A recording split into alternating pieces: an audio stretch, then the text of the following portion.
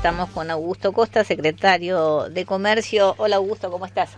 ¿Qué tal? Buenas tardes, ¿cómo andan? Bien, muy bien, Augusto, ¿cómo estás? Muy bien, todo en orden. Augusto, estamos varias medidas se han anunciado y queríamos hablar un poco con vos sobre determinadas medidas y cómo van a repercutir finalmente en la economía familiar, en la economía doméstica y también en las pymes, ¿no? Se creó un canal de denuncias para que las pequeñas empresas puedan enfrentar situaciones abusivas por parte de los grandes, ¿no? Sí, nosotros desde la Secretaría de Comercio, básicamente nuestro trabajo consiste en ir siguiendo el funcionamiento de los distintos mercados y muchas veces lo que recibimos por parte de las pequeñas y medianas empresas son denuncias de que están siendo víctimas de algún abuso por parte de alguna gran empresa o corporación o que tiene algún tipo de poder en el mercado que tiene que ver, por ejemplo, con cambios abruptos en las condiciones de comercialización, con que le suben el precio de una manera injustificada o algunos comercios que las empresas proveedoras, las grandes, los discriminan y le venden más caro que a los supermercados, con lo cual los dejan fuera del mercado y toda una serie de cuestiones que en realidad lo que tienen como fundamento o lo que hace posible esto es que hay concentración en el mercado y hay empresas que tienen poder de abusarse o de apropiarse de más ingresos de lo que corresponde. Entonces, ese trabajo lo veníamos haciendo todos los días a partir de las denuncias, de analizar las situaciones, y lo que hicimos fue institucionalizar un canal a partir del cual las pequeñas y medianas empresas pueden denunciar estas situaciones que significan distorsiones en la competencia, para que nosotros podamos tener un registro formal, para que podamos ir analizando los patrones de abuso que hay en las diferentes cadenas a partir de las denuncias, y también para que podamos proteger a las pymes, porque muchas veces cuando, no sé, supónganse un kiosco, ¿no?, que es víctima de abuso por parte de una empresa que le vende las golosinas, y si ese kiosco denuncia a la empresa, no le vende más. Claro. Y muchas veces terminan siendo rehenes de quienes se abusan. Entonces acá también, para proteger al pequeño comercio, a la pequeña empresa, estamos creando este canal que también surgió del trabajo con representantes de pequeñas y medianas empresas que vienen trabajando con nosotros y que para nosotros es muy importante poder tener este vínculo institucionalizado, como también lo hicimos en las relaciones de consumo, creando todo un nuevo fuero del consumidor para intervenir en situaciones que son claramente desiguales, ¿no? Y Augusto, la concentración de la cual hablabas, hay claro en determinados rubros, por ejemplo, los grandes supermercados, etcétera, etcétera, pero ¿dónde ustedes ven mayor concentración de estas empresas? ¿En qué ramas? No, en realidad la concentración es un fenómeno generalizado, no solo en Argentina, sino sí, en el mundo, en todo el mundo. Y piénsenlo, o sea, en Argentina, por ejemplo, hay una única empresa que produce la chapa que se utiliza para la industria, para la línea blanca, ¿no?, para fabricar heladeras, lavarropas, todo eso. Es una sola empresa que abastece la chapa. Una única empresa abastece el aluminio. Una empresa los insumos plásticos para hacer envases. Después, si pasamos a lo que son los productos de consumo masivo, una sola empresa el 80% de los panificados en la Argentina concentra. Después también en galletitas, en pastas, hay muy pocas empresas. Bueno, en leche y lácteos hay 2 empresas que concentran el mercado. Es decir, eso es algo generalizado que lamentablemente se ve en gran parte del mundo, y que si el Estado no interviene, en realidad lo que ocurren son abusos donde los consumidores pagan de más y los actores más pequeños pagan de menos. Entonces, con este instrumento, junto con otros que nosotros ya tenemos disponibles, como puede ser el Observatorio de Precios y Disponibilidad de Bienes e Insumos, que aprobó el Congreso el año pasado, junto con un paquete de leyes de defensa del consumidor, vamos adquiriendo herramientas para poder identificar en mercados concentrados situaciones de abuso que distorsionan la competencia y que de esta forma vamos a poder ir disminuyendo estas situaciones. Estamos en línea con Augusto Costa, secretario de Comercio, y hablando de la concentración y justamente lo que vos decías, Augusto, también tiene como un gran impacto sobre los precios a partir de manejar parte del mercado.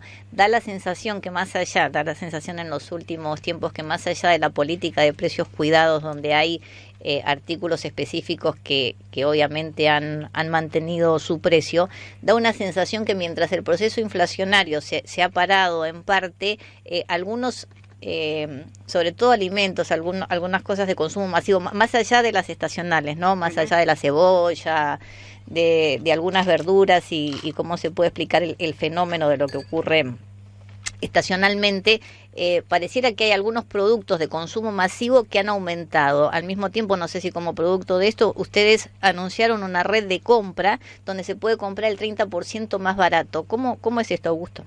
Bueno, nosotros, junto con lo que es la política de precios cuidados, que lo que nos permite es darle referencias de precios a los consumidores en los productos que consumen cotidianamente, es decir, que sepa cuánto hay que pagar una gaseosa, cuánto hay que pagar un paquete de fideos, cuánto un sachet de leche, y en todo caso el consumidor después decide lo que se encuentra en la góndola, si quiere pagar más, menos, porque precios cuidados, o sea, nosotros siempre hacemos énfasis en lo siguiente: no son los productos más baratos ni de oferta, son precios que para la calidad del producto que está en el listado de precios cuidados es razonable pagar, porque el comerciante se queda con lo que corresponde, el productor con lo que corresponde y el consumidor paga lo que tiene que pagar. Después uno elige, ¿no?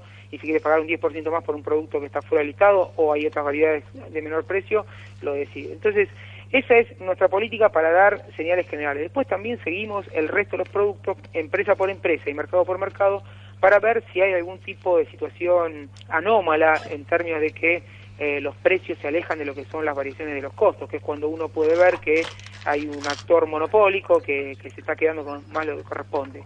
En líneas generales, nosotros desde marzo del año pasado, que fue después de ese verano donde hubo realmente tasas de variación de precios muy altas, producto de la variación del tipo de cambio y toda una serie de maniobras que hubo especulativas, empezamos a ver que la inflación se fue desacelerando, y esto lo muestra cualquier índice, y en la actualidad, Bernarda, a diferencia de lo que vos estabas comentando, salvo casos muy puntuales, no vemos situaciones donde los precios aumenten de una manera anómala, porque hay que tener en cuenta que ha habido paritarias que significaron recomposición de ingresos para todos los salariados, pero también en las producciones eso significa mayores costos, ha habido movimientos de algunos costos que también pueden justificar que los precios muevan, pero sacando, como te decía, situaciones puntuales y sobre todo vos también mencionabas los productos estacionales, donde sí, en cebolla, en lechuga y en algunos otros hubo, por cuestiones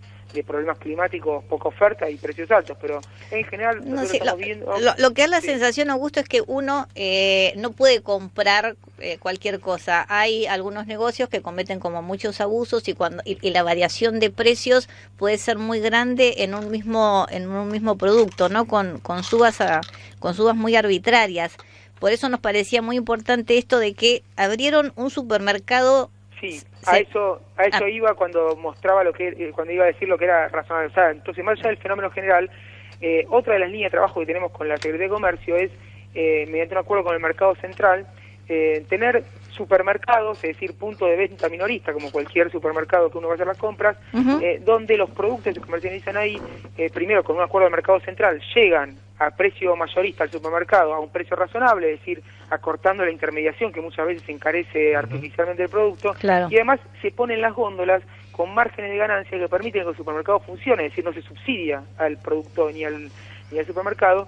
Y hay 3 experiencias ya funcionando, una en San Luis, otra en Chaco y otra en Mendoza, donde los precios están 30-40% más baratos que en las grandes cadenas. Claro. Y no porque haya competencia desleal, sino porque se cobra lo que se tiene que cobrar. Entonces acá en la Ciudad de Buenos Aires tenemos ya todo listo para empezar a funcionar un supermercado en el barrio Colegiales, que estamos esperando que el gobierno de la ciudad termine de la habilitación, que nosotros ya tenemos todo completamente presentado y en regla, para poder demostrar que en muchos casos los abusos tienen que ver con que los márgenes de comercialización son muy elevados y que en la medida que el consumidor pueda saber cuánto es razonable pagar, no los va a convalidar. Entonces ahí, Bernardo, me parece que tiene que ver con lo que vos decías, de si uno sabe que un producto se puede encontrar a un determinado precio y otro comercio se abusa, entonces el consumidor deja de comprar ese comercio y puede comprar donde realmente está pagando lo que corresponde. Claro. Costa, buenas tardes. Matías Colombati los saluda. ¿Qué tal, Matías? Buenas tardes. Buenas tardes. Se advierten ya en estos últimos meses algunos incrementos en los precios de los autos 0 kilómetros, teniendo en cuenta que es una industria, un sector muy importante para la economía de un país, y sobre todo teniendo en cuenta que son aumentos en modelos básicos, que son los autos más cercanos al consumo masivo. Quería preguntarle si esto tiene que ver particularmente con la situación de Brasil, la recesión en Brasil, y si ese es el número que ustedes manejan. Bueno, lo que tiene que tener en claro la gente, en primer lugar, es que la industria automotriz argentina y brasileña está muy integrada, porque la mayor parte de los autos que se producen en Argentina, alrededor del 60%, tienen como destino el mercado de Brasil, ¿no? Entonces Brasil está en una situación de recesión muy importante en este momento, y particularmente el mercado automotriz está cayendo a niveles que están por abajo del año 2009, es decir, estamos casi 10 años atrás en términos de ventas en el mercado brasileño de autos, lo que significa que se compran menos autos de Argentina, porque la mayor parte va a este mercado. Entonces muchas terminales y muchas empresas automotrices lo que están haciendo ante la caída de las ventas a Brasil es querer recuperar esos márgenes que pierden o esos ingresos que pierden con mayores precios en el mercado interno. Nosotros estamos haciendo un monitoreo de cada una de estas situaciones, y si vemos que lo que termina siendo el precio de venta al consumidor de autos, al comprador de autos, está influido por una renta o un margen de ganancia que muestra situaciones de abuso o de comercialización en condiciones que no son de competencia, estamos haciendo los análisis para poder intervenir. Pero también lo que tiene que tener en cuenta la gente es quien fija el precio de los autos es la empresa o la concesionaria.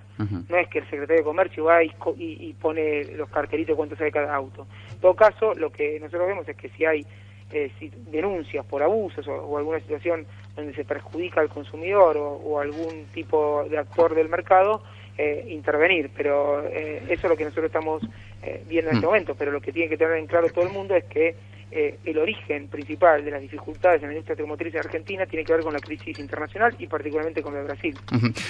Augusto, y en relación a que desde al menos entre febrero y agosto hubo un aumento mensual en el precio de la nafta, ¿ustedes pusieron algún límite de cara a lo que tiene que ver con lo que queda del año o puede llegar a haber más aumentos en ese sentido? Bueno, ahí también el precio en ese mercado se determina a nivel empresa, más allá de que tanto la Secretaría de Energía como el Ministro de Economía hacen un seguimiento permanente de ese mercado, y lo que viene ocurriendo es que la variación de precios viene siguiendo un determinado sendero que para nosotros en los próximos meses no debería alejarse de lo que vino ocurriendo, es decir, que no va a haber incrementos desmesurados del precio de la nafta y ningún combustible más allá de lo que es lógico y se viene trabajando ahí con el sector. Y Augusto, por último, ya se nos vienen las noticias, ¿qué le recomendarías a los consumidores a la hora de consumir? ¿En qué sentido? En un sentido general.